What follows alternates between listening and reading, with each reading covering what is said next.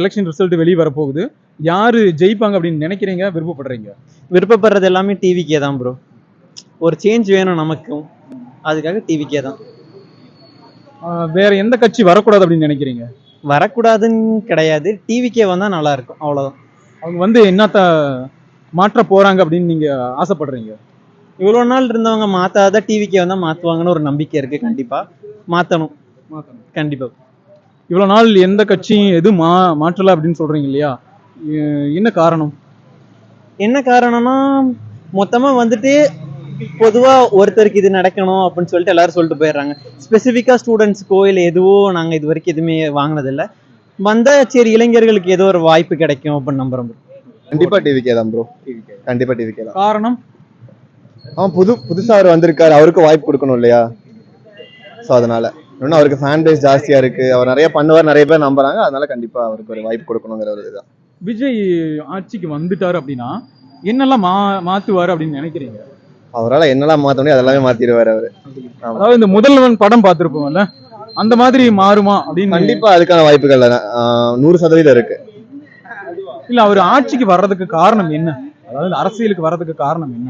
அவர் மக்களுக்காக வராரு, மக்களுக்கு அவரால் என்ன பண்ண முடியுமோ அதுக்காக அவர் வராரு. ஏன்னா மற்ற கட்சிகள்லாம் காசுக்காக, பணத்துக்காக, அதாவது எப்படி சொல்றது, எல்லாமே ஒண்ணுதான்.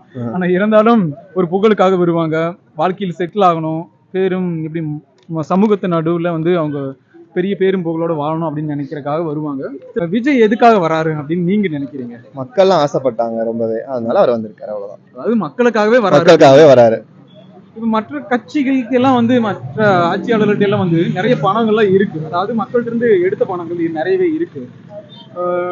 விஜய் அப்படிங்கிற ஒரு மனுஷங்கிட்ட ஏற்கனவே முன்னாடி நிறைய இருக்கு, ஏன் மறுபடியும் மக்களை தேடி வராரு அப்படின்னு நீங்க நினைக்கிறீங்க?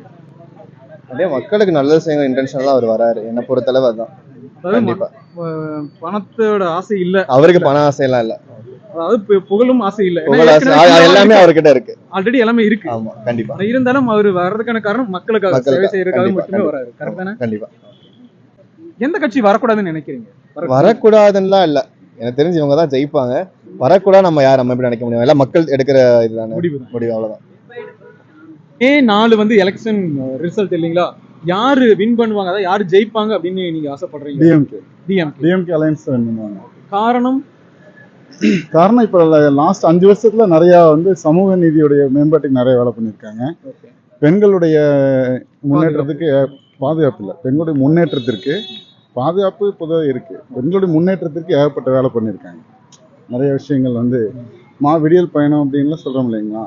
மாசம் பாமர பெண்களுக்கு மாசம் பஸ்ஸுக்கு ஒரு 2000 ரூபா செலவுங்கிறது நம்ம சாதாரணமாக தெரியும். ஒரு ஜென்ரலாக ஒரு 1000 ரூபா 2000 சம்பாதிக்கிறவங்களுக்கு பெர் டேக்கு அது ஒரு பெரிய விஷயமா இல்லை. மாசமே 10,000 சம்பாதிக்கிறவங்களுக்கு ஒரு பஸ்ஸு காசு மட்டும் 1000 ரூபா மிச்சமாதுன்னு வச்சுக்கோங்களேன், அது நம்ம சம்பாதித்துல மிகப்பெரிய சேவிங். அந்த மாதிரி பெண்கள் முன்னேற்றம், சமூக நீதி, இதெல்லாம் நிறைய வேலை பார்த்துருக்காங்க. எல்லா பக்கம் நிறைய மெரிட்ஸ் டிமெரிட்ஸ் இருக்கு. இருந்தாலும் டிஎம்கே சைடு ஒரு நல்ல இம்ப்ரூவ்மெண்ட் இருக்குன்னு என்னுடைய தாக்கம். யாரு வரக்கூடாது அப்படின்னா? பிஜேபி வரவே கூடாது. ஏன் காரணம்? அவங்களுடைய சித்தாந்தமே ஃபாசிசம் தான் சித்தாந்தம். ஸோ அதுக்கு அகேன்ஸ்டா அவங்க தமிழ்நாட்டில் அவங்களுக்கு கண்டிப்பாக இந்தியா லெவலில் ஃபாசிஸ்ட் எதிர்க்கிற எனக்கு தெரிஞ்சு இப்போ 2 பெஸ்ட் சிஎம் பார்த்தோம்னா, ஒன்று நம்ம ஸ்டாலின், இன்னொன்று மம்தா எதிர்க்கிறாங்க. மற்றபடி யாரும் இது பண்ணுறதில்ல. ஸோ பிஜேபி வரவே கூடாது. பிஜேபியோட அலைன்ஸ் இல்லாட்டி ஏடிஎம்கேக்கு ஒரு வாய்ப்பு இருக்கு. பிஜேபியோட அலைன்ஸ் சச்சங்காட்டி ஏடிஎம்கேக்கு வாய்ப்பு இல்லைங்கிறது என்னுடைய கருத்து. டிவிகே என்னன்னா இப்பதான் வந்திருக்காங்க. டிவிகே மேல இன்னும் ஒரு நம்பிக்கை வரல. கண்டிப்பா டிவிகே மேல ஒரு நம்பிக்கை வந்ததுன்னா 31ல கண்டிப்பா ஒரு வாய்ப்பு இருக்கும்.